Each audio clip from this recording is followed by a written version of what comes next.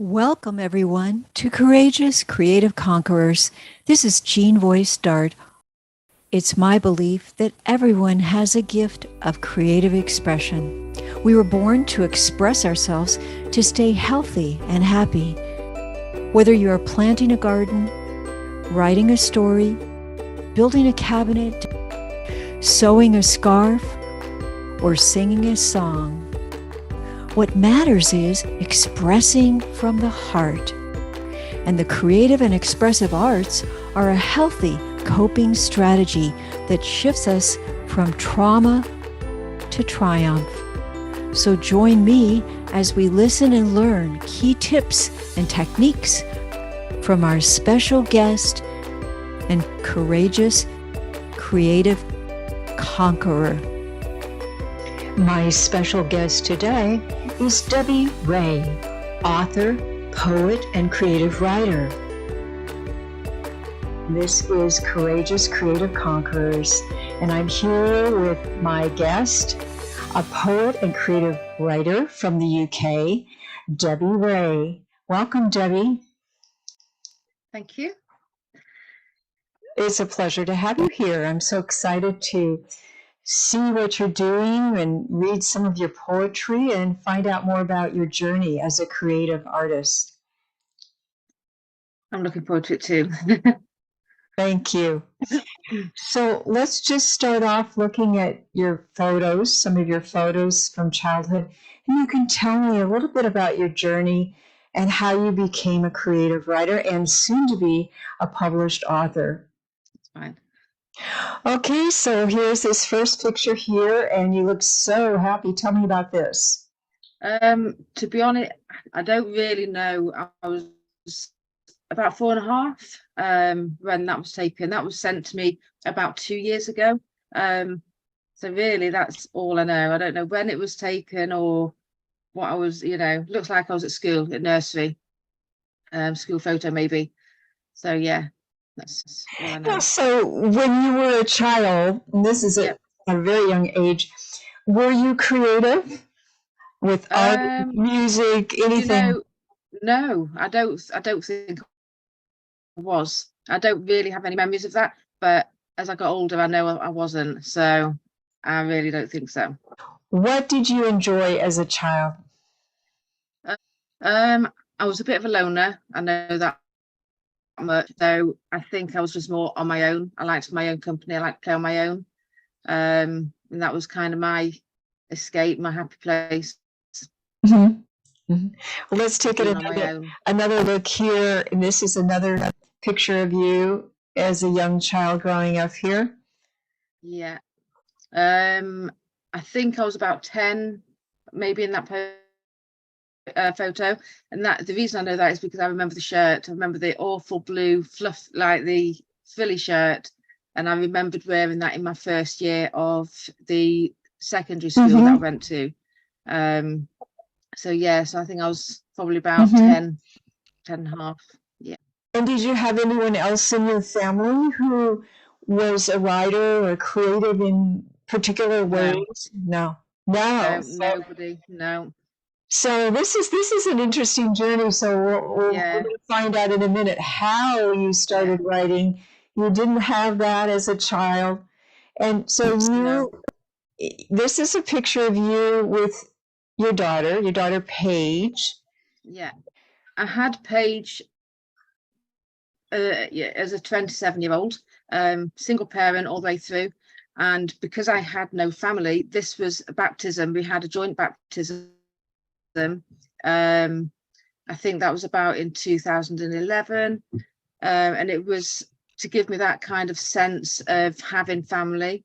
So that came from, it was kind of, I didn't have anybody until I had Paige. And then I needed more than that. I needed to feel like I had a family, and that's where the baptism came in.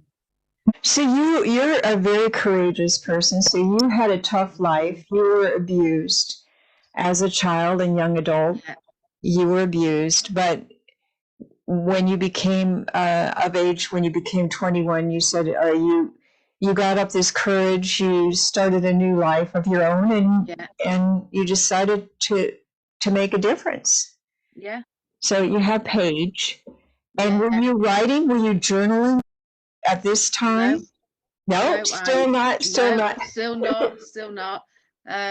You know, I had a lot of problems, you know, leading up to having her for the few years beforehand.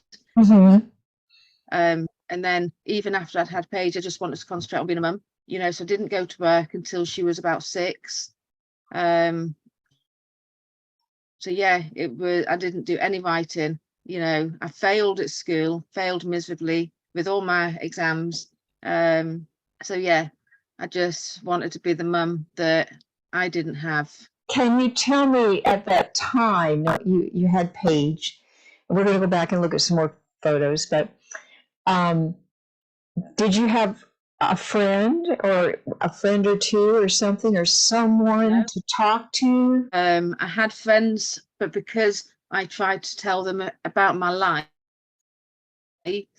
I lost everybody. So they didn't want to know. They couldn't handle what I'd been through. So I did everything on my own. You know, this is so common, and thank you for sharing that, you know, because there's people out there right now that are going through what you're describing, and often they just clam up, you know, they start to share, and then they just stop because they realize nobody really wants to listen. It's too painful, and it's hard to find a friend. Yeah. But you did find a friend. We have a photo of someone who was a friend, right? Okay.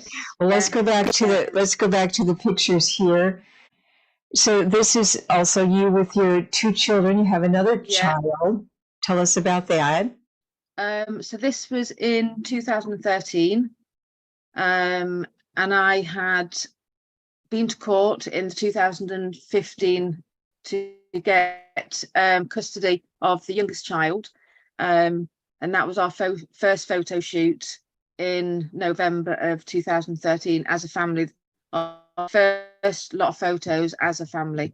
So yeah, and that was like the start of a whole new journey. You know, with I love this photo. 3 of us. So yes, it's one of my favorites. It does look like, you know, symbolically a new journey, you know, a new life, crossing the bridge from victimization, trauma over to a new life and success, which is what you've done. You crossed over the bridge. Yeah. Yeah. Okay. So there you are. And what a beautiful photo there. And here you are again with your children. They look so happy. Yeah. That was a few years back. I think that was London. We'd gone for the day. Yeah. And it was just a perfect day, really. You know, yeah. It was good. And how important are your children to you in helping you move forward with your new life? They to me, you know, having Paige, you know, saved my life, you know, and having my youngest, you know, the both of them, they have kind of put me on the right track. You know, I do everything for them. I live for them. Everything I do, everything I think is all for them, you know. So yeah. I agree with you. I feel like the birth of my son, raising my son alone as a single mother, saved my life too. You know, children, they do something to you. You know, the innocence and joy and just kind of a new spin on looking at life in a different way, and it is a wonderful thing. A wonderful thing, yeah. Yeah. Okay, so, and here is, we mentioned that you did have a friend. How important was this? How important was this person to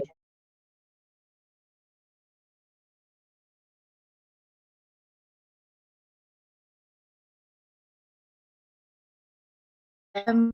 So, you know, her name was Wendy. I always thought she, you know, she inspired me. She wanted me to, one of the last things she said to me was to go and be a counsellor, to train and everything, to go and be a counsellor.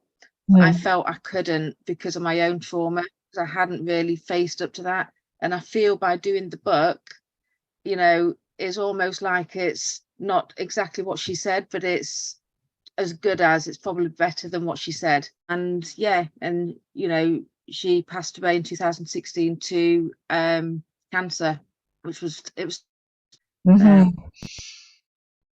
Yeah, you know, she wanted me to help people, and the book will do that. So I think she's right. Yeah, your book, your poetry is beautiful. It's encouraging and empowering, and it's not depressing. It's a combination of pain and joy and empowerment and courage and all of it mixed together, because we have to feel the pain and look at it and yet embrace the joy and the blessings at the same time. We can't just have something bad happen and push it aside and just think everything's all flowers and fairies. You know, we have to, it's about embracing that. Like we say, you can't have light without the darkness. You know, it's kind of that. Yeah. So I agree with your friend. And how wonderful is it that her name is Wendy, just like in Peter Pan, you know, the Wendy. She comes and nurtures you like a mother, like Wendy mother. Yeah, that's great. I love it. Okay, let's go back and look at a few more photos here. Okay, tell us about this. I think that's incredible that you're a part of helping everyone with feeding the nation during COVID. And was that like a turning point in your life also? Yeah, because the mental health, obviously, of my youngest child, she was in mental health crisis. We didn't know what to do or how to deal with any of it. And that's when I just started writing, and I never stopped. And it's like now I can't, and I'm writing every day and I can't stop. So that's the the turning point, I think, was COVID. And there you are at the front lines helping feed people. We were out of food and all this. And yeah, thank you so much. So during the pandemic, you decided to start writing every day, and eventually you posted your poems on social media. We're going to read some of those poems. I asked you before we started our interview if you could please read them, but you asked me to do it.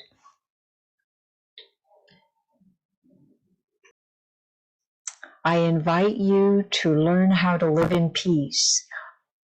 I'll teach you life. I'll teach. Trust yourself. Your heart doesn't lie.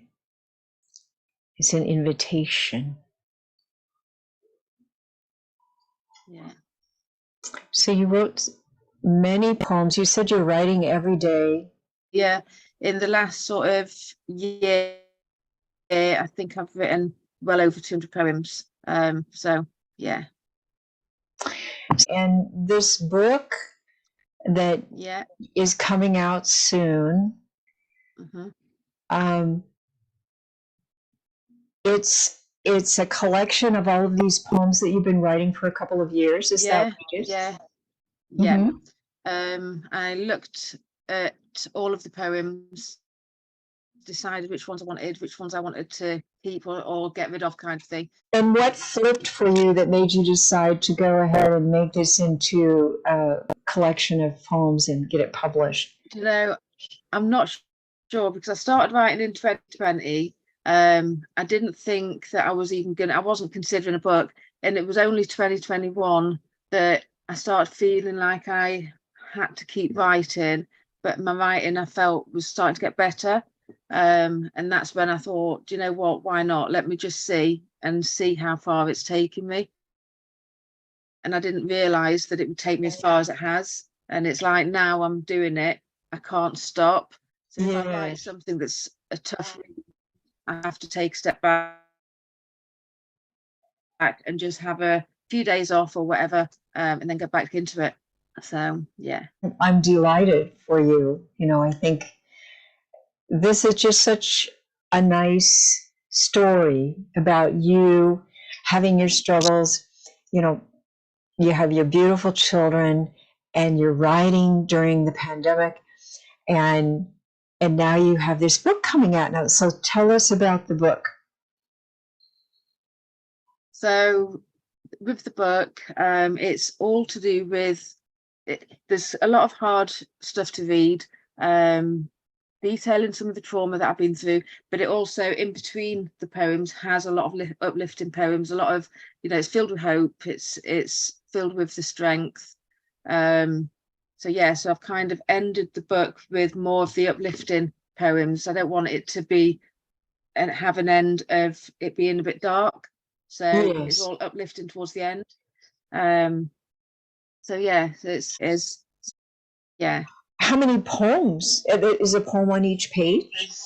There's a poem on each page, and I think there's maybe 2 or 3 poems that goes over a page. So there's probably about 100 and I'm gonna say 160-ish. That's a lot of poems, Debbie. Yeah, that's a lot. It is. Yes. Yeah. Wonderful. So, and do you have a publication date or launch party? So it's going to be the 11th of February 2024, for my 50th birthday. So it's kind of, and I'm not sure what I'm doing. I was thinking of having a party, but I want people that are gonna that care about. I don't want people that are gonna be like just wanting to get drunk. I want to make it special.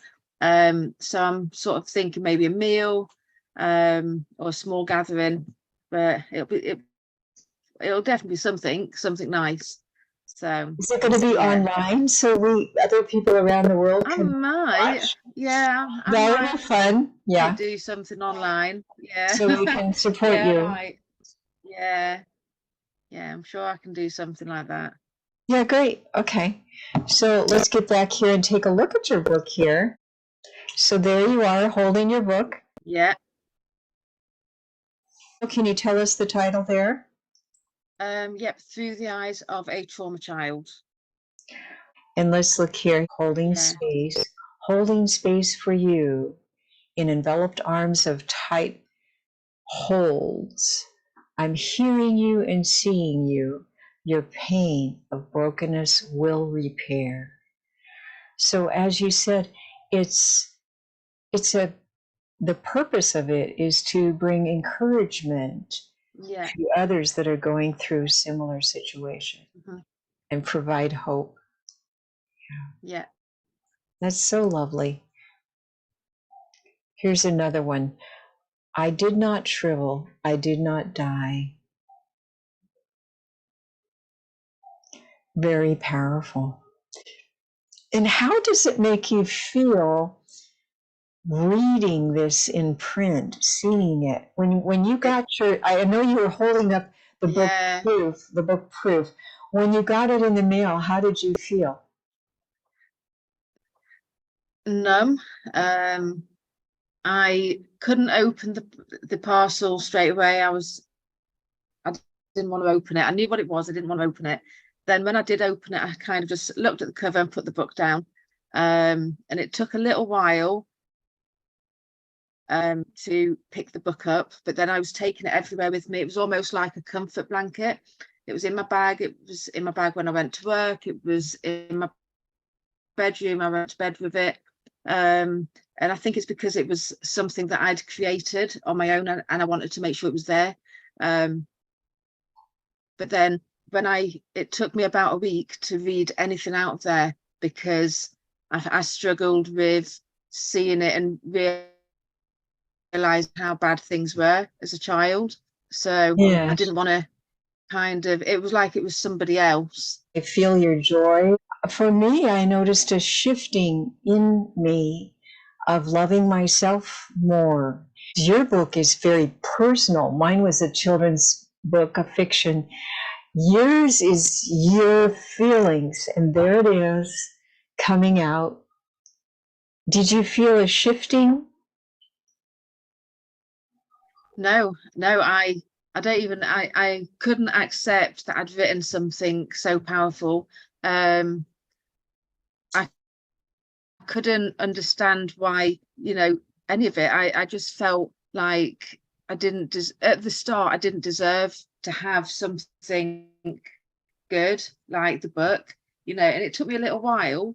And I've only just this last sort of week started to enjoy having it, you know. So I've now got my second proof copy that I'm going to edit, just make sure there's no mistakes in there. And I'm excited now, you know, with that. I'm excited for the next like journey and stuff. So yeah. So Yeah. So are you thinking about another book? I've already started one. You have. So, Oh, yes. so I have completely Oh, different, but it's like it is different, but it's the same. It's nothing about my trauma. It's all mental health. and is it So a yeah, poetry book? yeah. It's all Okay, poetry. another It's all poetry. short. Yeah, How short poetry. exciting. So it's yeah. So I'm excited for that one. I'm really yeah. Well, let's look again here at your book cover.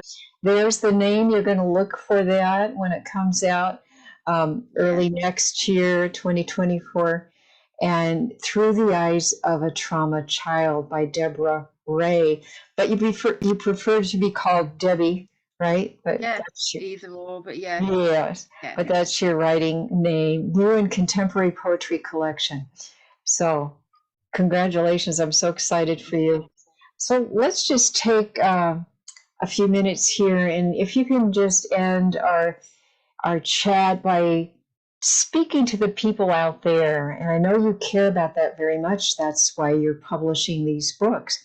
So someone's out there having a similar journey as you, and maybe that person is a creative writer or a creative artist. Maybe they're a painter or a dancer or musician or anything like that, photographer, and they're expressing their journey and their emotions and trauma through the arts. And what words of encouragement do you have to encourage them to move forward with getting that out if they're a little bit, oh, I don't know if I should do this, you know? yeah. What words can you share right now? Just to go for it, you know. I was absolutely terrified of telling people, you know, and I put it on Facebook that this is what I was doing, and then I never went on Facebook for a little while because I was a little bit worried about other people's reactions. It's not as bad as what I thought it was going to be, you know. And it's just getting out there. Just don't worry about what people might say or what people might think, as long as you're happy and you're doing something that you need to do, that you want to do, then do it. Just go for it. Yeah, that's great advice. And you know, you might have some friends that stop talking to you because it's too painful. Maybe they're feeling awkward. They Yeah, don't know how to talk to you anymore. Maybe that would happen. But you might open the door to a whole larger group of new friends that are just so grateful to have found you. And yeah, then you find your community, you know, and your support. Did that happen for you? Have you made new yeah, friends?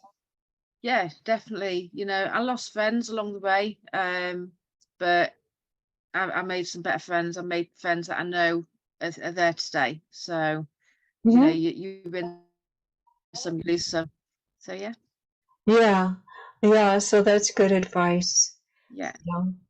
And in another note, can you give some advice to specifically to writers on how to keep that discipline of writing when you get up in the morning, or when do you have a routine, or how do you keep No, going? I use music. I have my Spotify, I have my playlist, I have my music on. I like to make sure that my area that I write, it's got to be tidy. You know, I do what I've got to do so that I haven't got to think about any housework or anything, and I just put my music on. You know, it takes me away from everyday life. I can't hear anything. It's in my ears, and that's that. So Yeah, it's just finding something that can take you into that sort of that space that you need to be in, away yeah, from, you know, the everyday. life. So you have your routine, you have your safe place, and Yeah. you do that every day. Yeah. Oh, that's good advice. Thank you so much, Debbie, for joining me today. This has been a lot of fun, and I got to know you, and I love poetry. Yeah. And I'm just very excited for you. I'm looking forward to seeing more. Yeah. Okay. Thank you, and thank you, everybody, for joining us today. And we look forward to seeing you next time. Bye, everyone. To see more Courageous Creative Conquerors videos, join the weekly creative community calls, or learn more about private sessions, visit jeanvoicedart.com.